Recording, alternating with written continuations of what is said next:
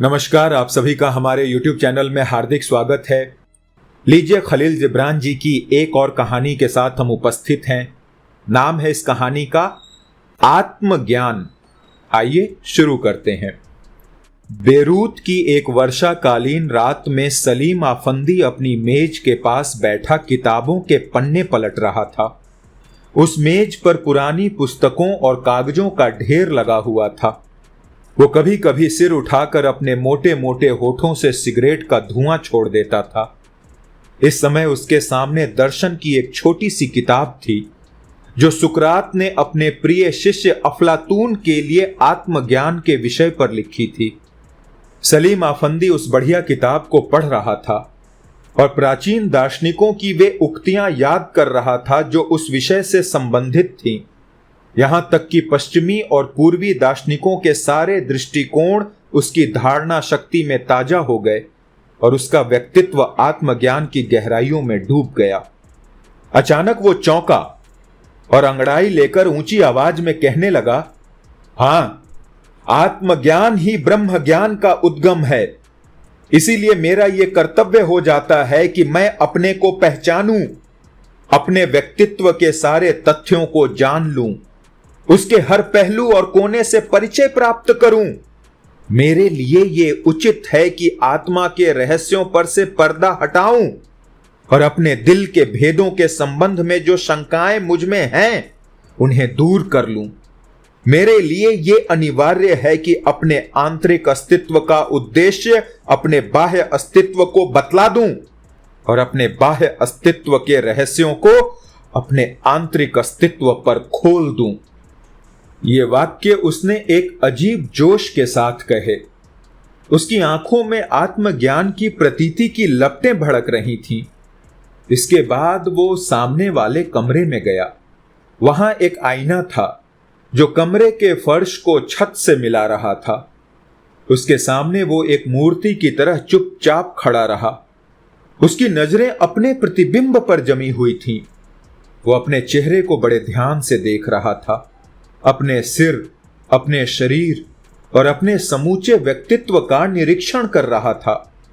आधे घंटे तक वो इसी तरह जड़वत निश्चल खड़ा रहा, मानो शाश्वत के चिंतन ने उसे ऐसे विचार प्रदान किए थे जो अपनी उच्चता के कारण भयंकर थे और जिसकी सहायता से वो अपनी आत्मा की गुत्थियां सुलझा सकता था और अपने व्यक्तित्व की शून्यता या रिक्तता को प्रकाश से भर सकता था।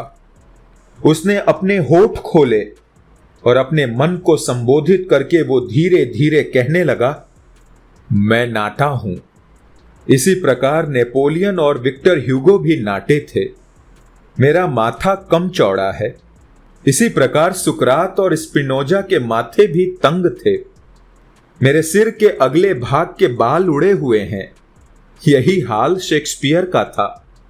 मेरी नाक लंबी और एक तरफ झुकी हुई है। इसी प्रकार वोल्टेयर और जॉर्ज वॉशिंगटन की नाक भी लंबी और एक तरफ झुकी हुई थी। मेरे होठ मोटे हैं, नीचे का होठ आगे निकला हुआ है।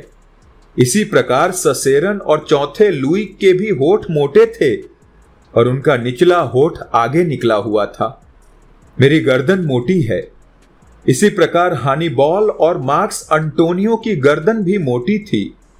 मेरे कान लंबे और जंगली पशुओं की तरह झुके हुए हैं, पर इसी प्रकार ब्रूनो और सर वॉन्टेनर के कान भी लंबे और जंगली पशुओं की तरह झुके हुए थे।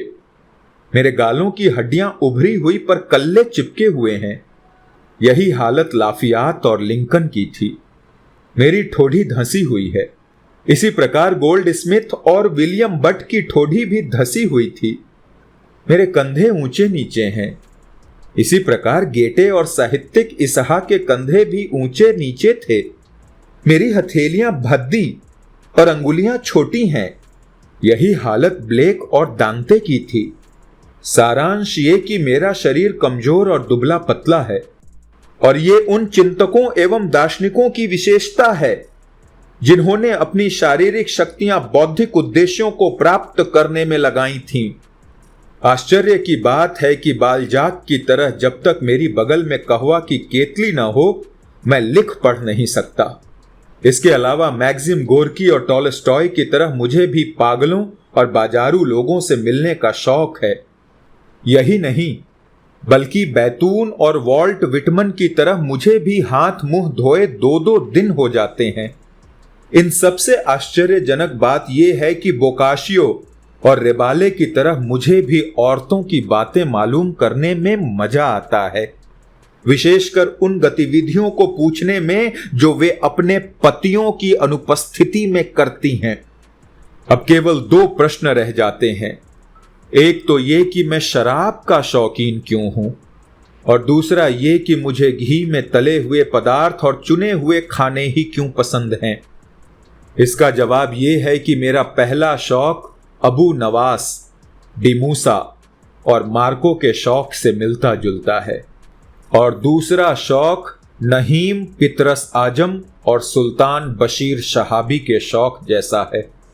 सलीम आफंदी थोड़ी देर के लिए रुक गया, फिर अपना माथा पकड़कर कहने लगा, ये हूं मैं और ये है मेरी वास्तविकता। दूसरे शब्दों में मुझ में वे सारी विशेषताएं हैं जो इतिहास के प्रारंभ से लेकर वर्तमान समय तक के बड़े बड़े लोगों की विशेषताएं रही हैं। उस नवयुवक के लिए जिसमें ये विशेषताएं विद्यमान हों, आवश्यक है कि वो इस संसार में कोई बड़ा काम करे। आत्मज्ञान तो विज्ञान और दर्शन का अंतिम उद्देश्य है, और मैंने आज की रात अपनी आत्मा से साक्षात्कार कर लिया है। इसीलिए मैं आज ही की रात से वो महान कार्य प्रारंभ करूंगा जिसकी ओर मुझे इस संसार की वास्तविकता बुला रही है। वो वास्तविकता विभिन्न एवं अनेकानेक मूल तत्वों की गहराइयों में छिपी है। मैंने नूह से लेकर सुकरात और बोकाशियो से लेकर अहमद फारस शदयाक तक के बड़े बड़े लोगों की संगत स्वीकार कर ली है। मैं नहीं जानता कि वो महान कार्य क्या है जो मेरे हाथों से संपन्न होने वाला है, लेकिन जिसके बाहरी व्यक्तित्व और आंतरिक अस्तित्व में वे सारे गुण विद्यमान हों जो मुझ में है, वो निश्चय ही संसार के चमत्कारों में से एक होना चाहिए। मैंने अपने को पहचान लिया। हां, देवताओं की कसम, मैंने अपने अस्तित्व को जान लिया। इसीलिए मुझे तब तक जीवित रहना होगा, मेरे व्यक्तित्व को तब तक कायम रहना होगा, और इस संसार को संसार के रूप में तब तक बाकी रहना होगा जब तक मैं अपना काम पूरा न कर लूं। सलीम आफंदी कमरे में टहलने लगा। उसके घिनौने चेहरे पर प्रसन्नता झलक रही थी। वो एक ऐसी आवाज में जिसका सुरीलेपन से वही संबंध था जो बिल्ली की म्याऊं म्याऊं का हड्डियों की खड़खड़ाहट से होता है, अबुल अला मुअर्रा का ये शेर बार बार पढ़ रहा था। मैं अगरचे आखिरी जमाने में पैदा हुआ हूं, लेकिन वो काम करूंगा जो मेरे आगे वाले न कर सकें। थोड़ी देर के बाद हमारा ये दोस्त बिखरे हुए कपड़ों में अपनी खटिया पर गहरी नींद में खो गया। उसके खुर्राटे वातावरण को एक ऐसी आवाज से बोझिल बना रहे थे जो मनुष्य के स्वर के बजाय चक्की की घरघराहट के ज्यादा नजदीक थी। धन्यवाद। खलील जिब्रान जी की कहानियां हमेशा सोचने पे मजबूर करती हैं। उसी क्रम में ये कहानी, इसको मैं अभी भी सोचने के ही प्रोसेस में हूं, इसलिए कोई टीका टिप्पणी नहीं करूंगा। मुलाकात होगी अगले वीडियो में। जय हिंद।